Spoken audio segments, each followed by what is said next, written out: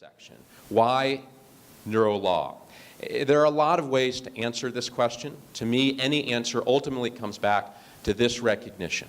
To the extent that law and the work that you do in the legal system is to govern and improve human relationships, decision-making, behavior, the lived human experience, and to the extent that neuroscience, over and above behavioral psychology, over and above everything else that we already have on the table, to the extent that neuroscience adds some value added to our understanding of that human behavior, why we do what we do, why we act the way we do, why we sometimes do not think or act, or our clients do not think or act the way we wish they would, then if that value added from neuroscience helps us to understand human behavior, perhaps law's role in governing and shaping human behavior can be carried out more justly, more fairly, more equitably. Perhaps we can do our job better. That, I think, is the core premise. Now, it sounds really nice. Doesn't always work out so well. I'll give you one historical example where I think it worked out really poorly, but I do think that's the core premise, and we'll see kind of where that leads us in the years to come. I want to do just three things. First, talk about the past, and then talk about the present, give you some snapshots of what's happening, especially in criminal justice, but I'll throw in a couple other things as well. And then think a little bit about the future, really the future that you will shape. My own view, given away by the subheading here, is one of optimism, but cautious optimism, and I will talk about why I think we need some caution. So let's start with the past. There are many ways in which, although this seems new, the intersection of law and neuroscience is not so new. One of the questions that has been asked for many, many years has to do with this. Why do people do violent things? In 2013, a colleague, Adrian Rain, at the University of Pennsylvania, wrote a neat book called The Anatomy of Violence. I won't talk about his details. The point is simply that he was trying to look at the question, can we use neurobiology? He used a lot of positron emission tomography scans of murderers and non-murderers to see if there's a difference.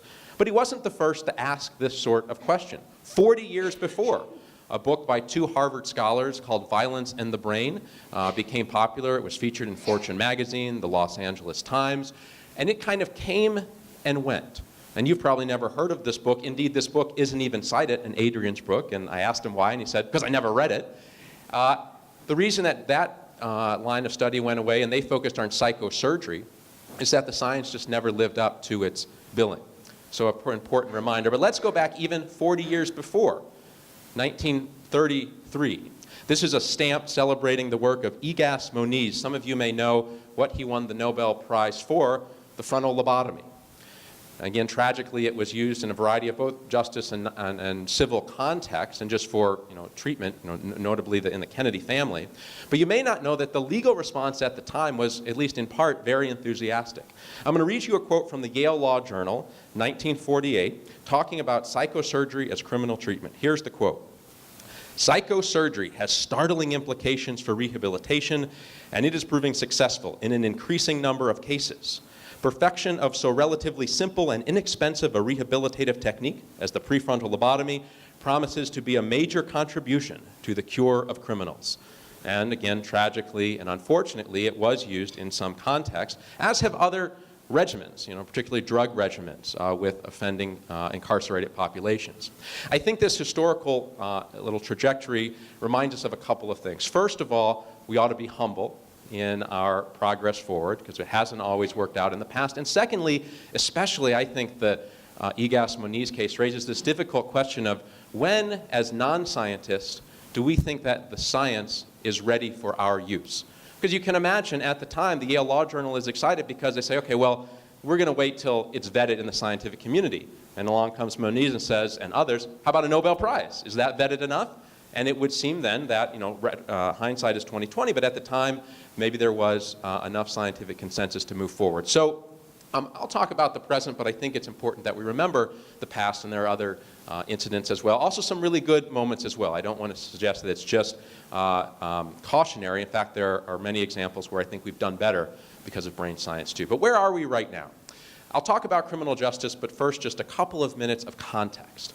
And the big point of context is that the brain is everywhere, not just in meetings like this, but everywhere. It's even at the federal level. President Obama in 2013 has initiated the BRAIN Initiative, which pumped up and is pumping up federal funding in this area. Who else is involved? I mean, even down to the bananas that you ate this morning. This is a real live commercial. And I could go on and on. Actually, we could spend the rest of our day with me just sitting here clicking slide after slide, video after video of the brain in modern life. But I don't have to, because there's this wonderful slide headline that I think captures the spirit that everyone wants to get involved in brain science. So I'm going to show it to you and then just read the headline. Goldie Hawn plunges into brain science, right? So, and some of you are laughing, which is great. I teach a law and neuroscience course, and my students, you know, I can't show this slide anymore because they look at it and, who's Goldie? Goldie who? What? But you get it, right? I think this actually makes a substantive point as well, which is it's exciting that everyone is interested, but that's also of concern. And I'll give you just one anecdote. You're going to see a video from a group called Lumosity. Lumosity has made a lot of money, or used to make a lot of money, telling everyone from college students to those in middle and advanced age that if they just trained their brain with Lumosity's product, they would improve. Let's see what they say. Oh, here it is.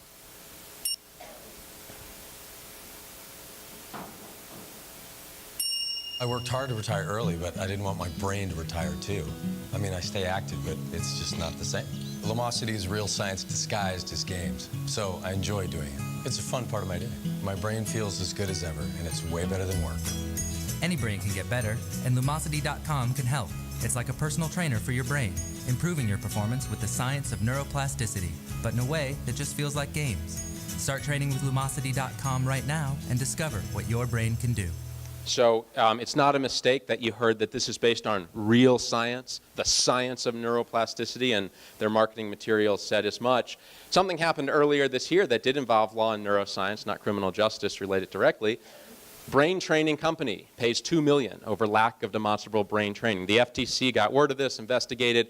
There had been an ongoing debate. There continues to be an ongoing debate in the research community about the long-term gains of these brain games, but certainly the claims that they were making were overclaims, and they paid and are paying a hefty price for that. So I just mention all of that again to make a couple of points. One, that the conversation about law and neuroscience is happening in a moment where we're talking about neuroscience in a lot of different areas. You want more voters to your polls? It's neuropolitics. You want more people buying your widgets? It's neuromarketing and neuroeconomics. You want better education? It's educational neuroscience, and on and on and on.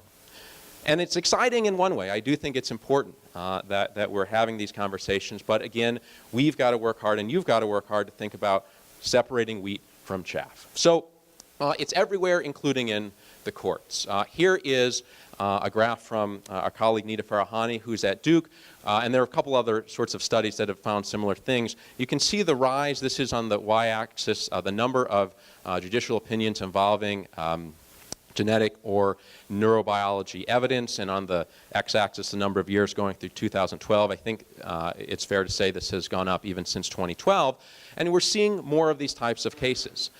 But this is a little bit misleading in the sense that the y-axis only goes up to 350, and even if, and appropriately, we probably say we're undercounting here because this is only reported opinions. Most opinions are not reported. Let's say we're undercounting by a factor of 10. Let's multiply that, and we get up to 3,500, 4,000, even 5,000, even 10,000 if you want. It's a big number, but the number of all criminal cases in the United States as your denominator, this is still going to be a really, really small percentage.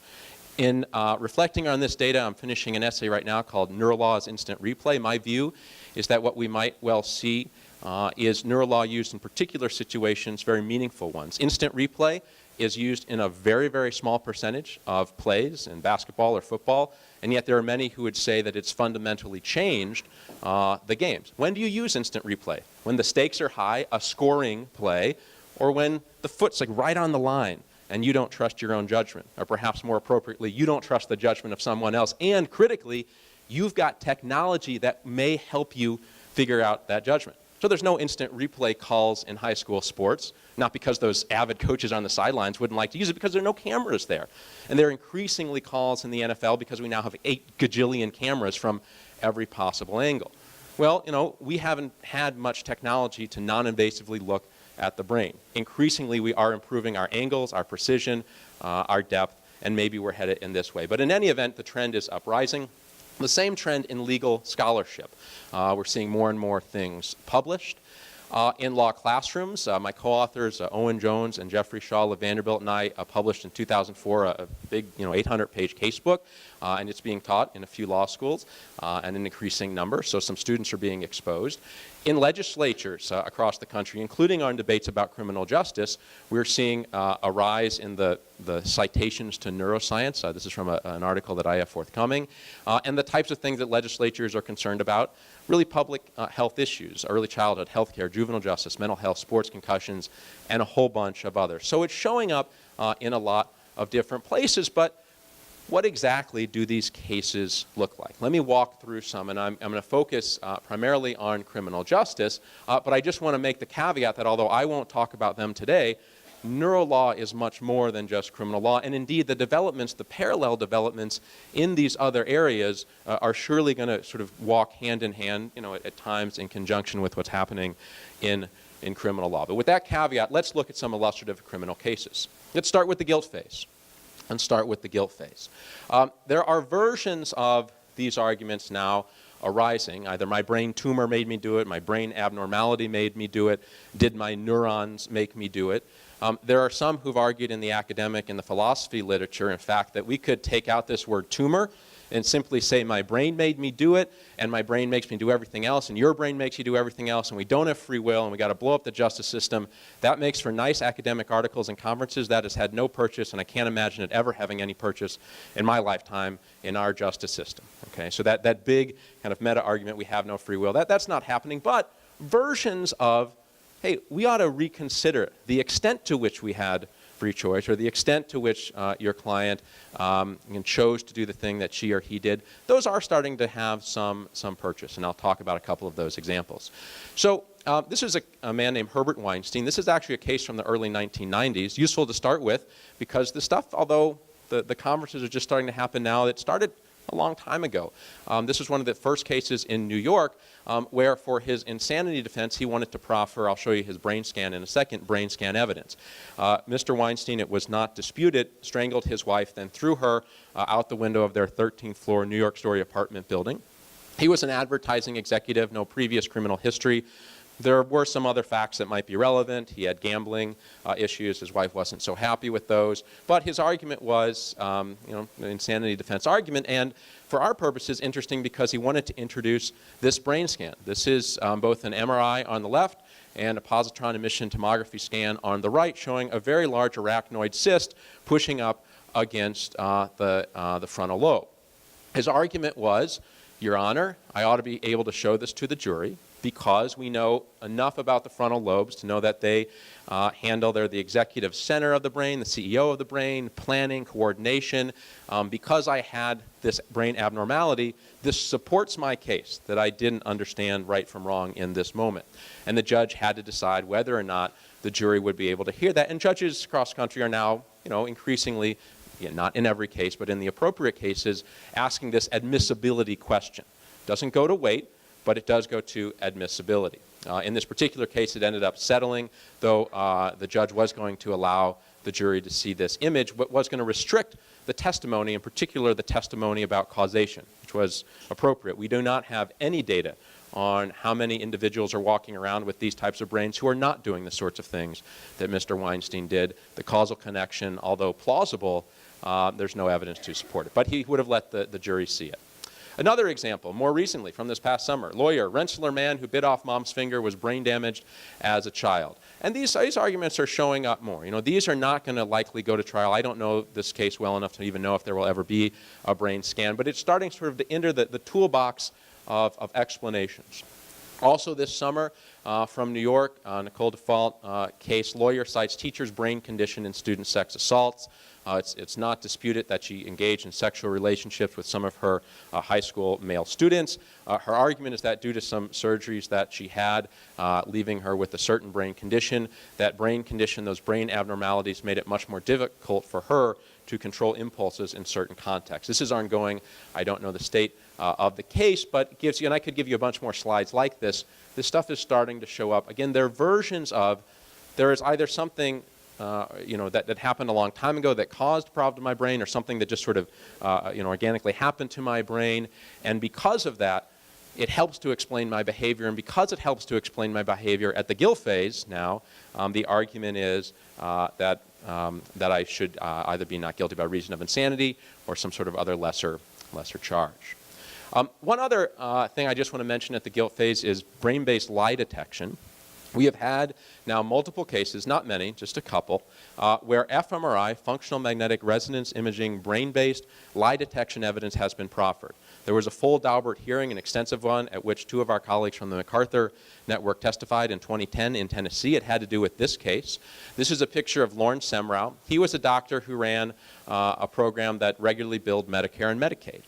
And like these other Medicare and Medicaid fraud cases, they found that he was overbilling regularly. So the way it works is you're supposed to bill this code. They found a code that paid back a little more, and they regularly put in that wrong code. And they had all the billing records. He was dead to right on that. But his argument was, well, I didn't do it knowingly.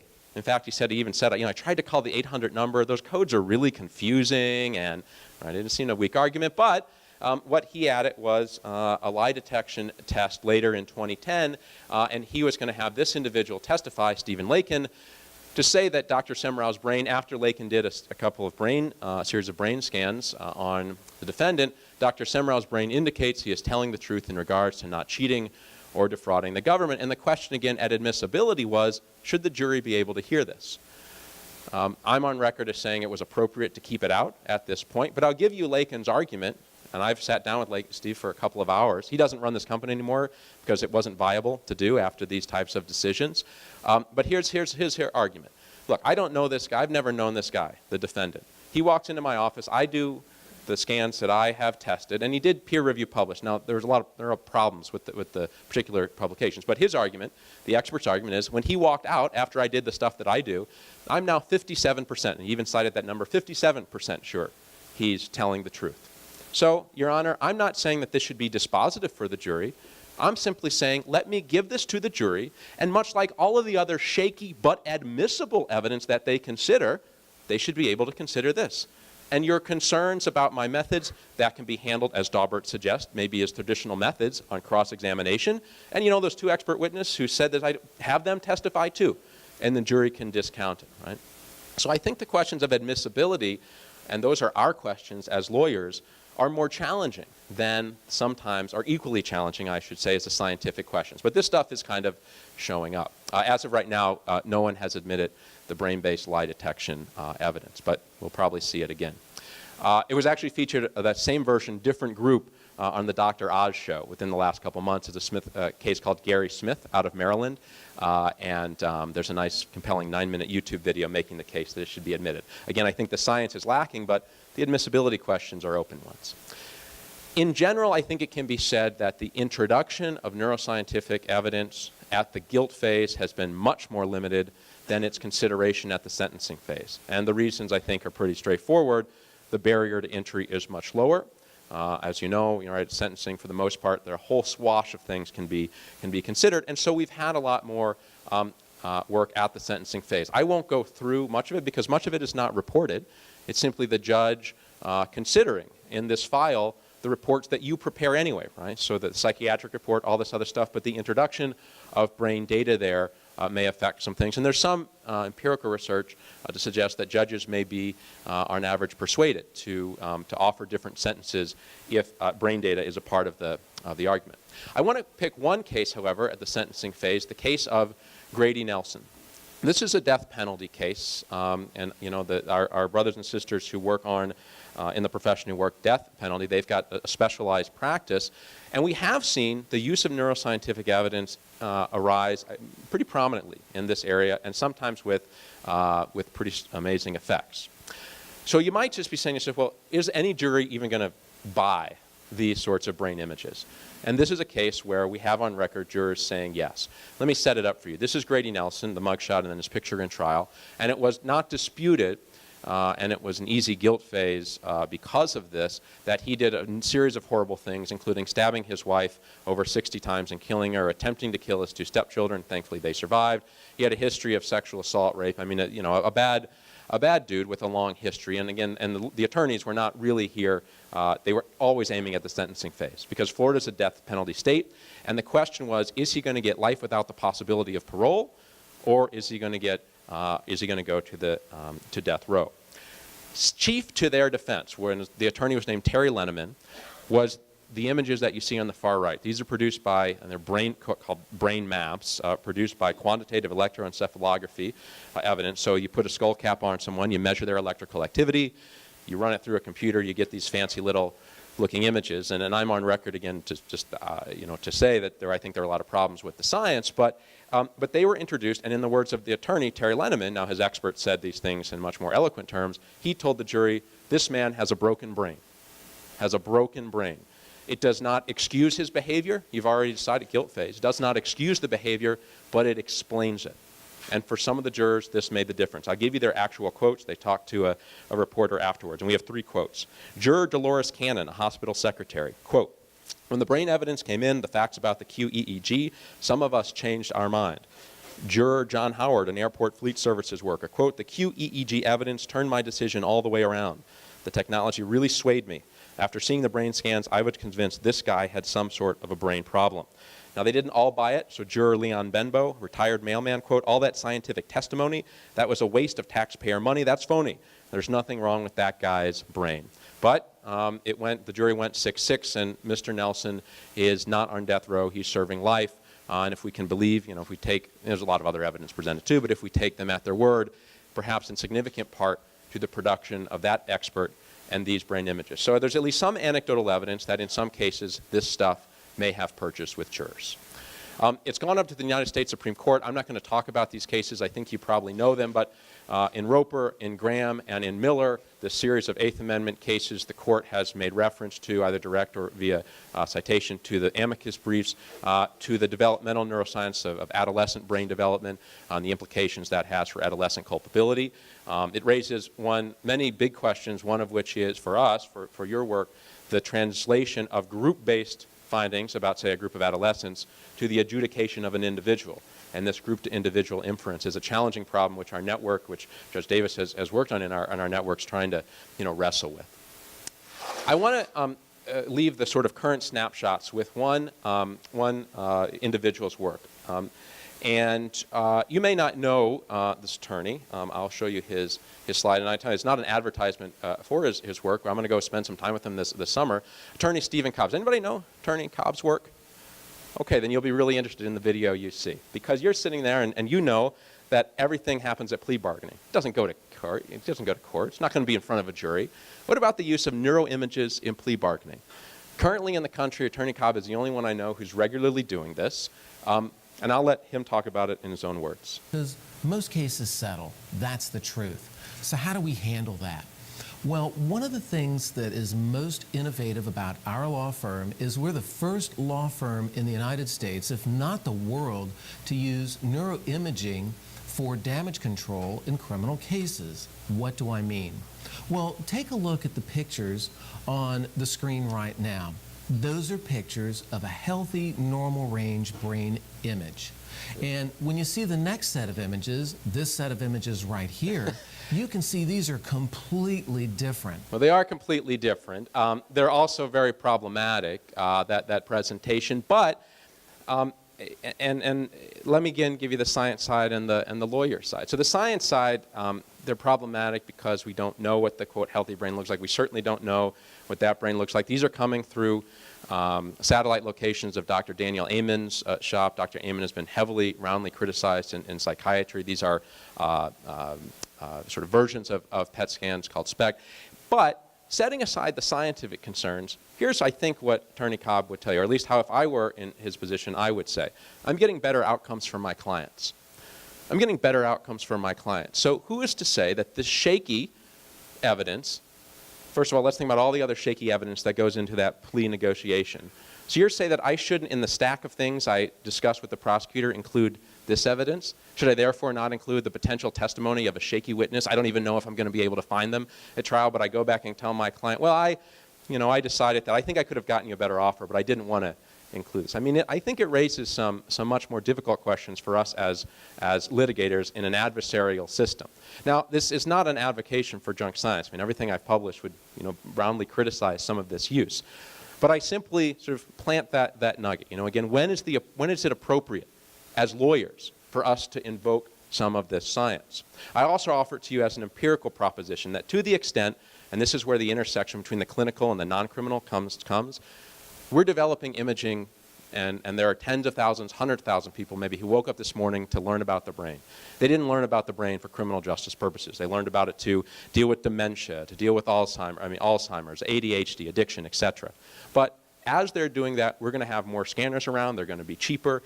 And if that's around the corner and it's more readily available, maybe we have more opportunities to do this. And if we have more opportunities to do this, and if it provides better outcomes for our clients, it seems to me as an empirical proposition, we're likely to see more of this. For the judges in the room, that means you'll have to deal with more of these admissibility questions. But a lot is happening. I want to move towards the end, again, with this both excitement and caution. A lot is happening, but these are just some of many possibilities. And you'll be talking about a lot of the possibilities the rest of today and tomorrow. Let's talk about the future. Where are we going with all this? I think it's exciting, but I'm going to temper that excitement. You will not find a person in the country, in the world, more excited about the intersection of law and neuroscience. I'm pre-tenure, but I've betted everything I have on law and neuroscience. So maybe you won't see me in 2 years if it goes, it goes horribly wrong. But I think it'll go right. And the reason I think it will go right is that here are the fundamentals. Here's the reason for excitement. This is the number of members in the Society for Neuroscience and the amount of money, one version of that measure in millions, sort of annually being invested. And it probably undercounts the full number of individuals doing the things that I mentioned before. And again, the vast majority of them are not thinking about criminal justice. They're thinking about clinical health outcomes. But we are learning more and more about the brain, and we are developing new technologies every week, every month to improve that. Here's the caution. Right now, the state of the clinical science, just the clinical science outside the justice system, is such that we don't regularly use brain science for the evaluation of mental disorders. The Diagnostic and Statistical Manual, it was asked in 2007 by noted Harvard psychiatrist Steve Hyman, can neuroscience be integrated into DSM-5? And the answer we know now is not yet. I don't know if it will be DSM-6 or DSM-7 or some future date. DSM is in an interesting position. It recognizes, although it didn't used to, but by DSM-3 they recognize that everything they're diagnosing there is a brain disorder, is physically instantiated in the brain. But we don't have the requisite knowledge base to assess, to diagnose mental disorders with brain data yet. I think the world is moving there, but how quickly we get there, I don't know. I'll just give you one interesting anecdote. The former head of the National Institute of Mental Health, Tom Insel, he is no longer the head of NIMH. He moved to Google.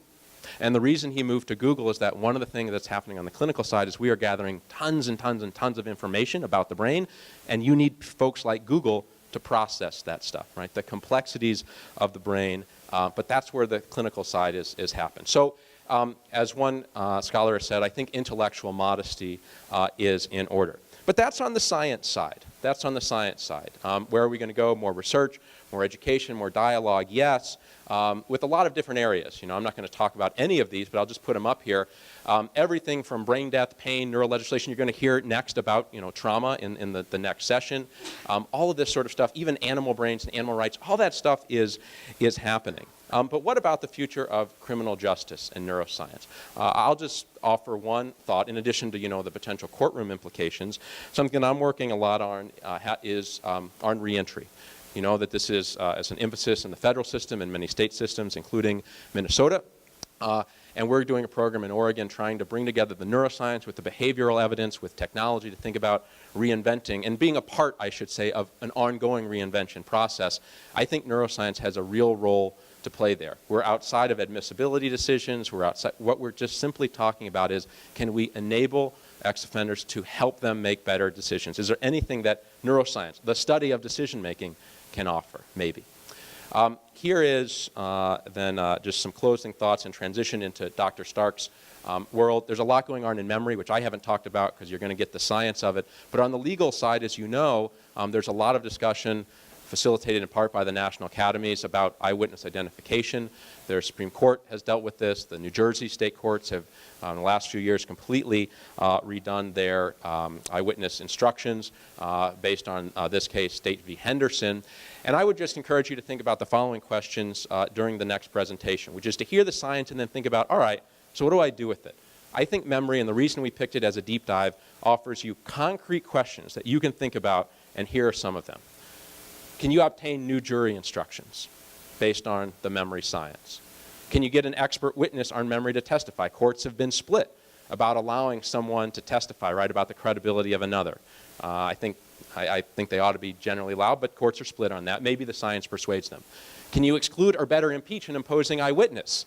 Is there some way to use this, right, to get at that? And finally, can you raise new questions about identification procedures that were used? I don't know the answer to those questions yet. You'll come up with them on your own. I'll leave you with the final thought in prognostication. It comes from a quote from Bill Gates. I really like it. He talks about technological change in general, and he says that we often overestimate how much change there will be in 2 years and often underestimate how much change there will be in 10. Overestimate the quick change 2 years and underestimate the longer term change in 10 or more. And I think that captures, for me, the spirit of where law and neuroscience is at right now. This is not, the advent of a new technology, courtroom technology that will be implemented and we'll be doing everything different in 2 years. It's not that. This is an ongoing dialogue, but a dialogue that is substantive, that I think has real bite, and that in another decade, or maybe sooner, depending on your work and on the science, will bring us about, as Judge Davis suggested, some real changes in practice and in policy in the justice system. So with that, why don't we transition into memory, and you can think about its implications for your work.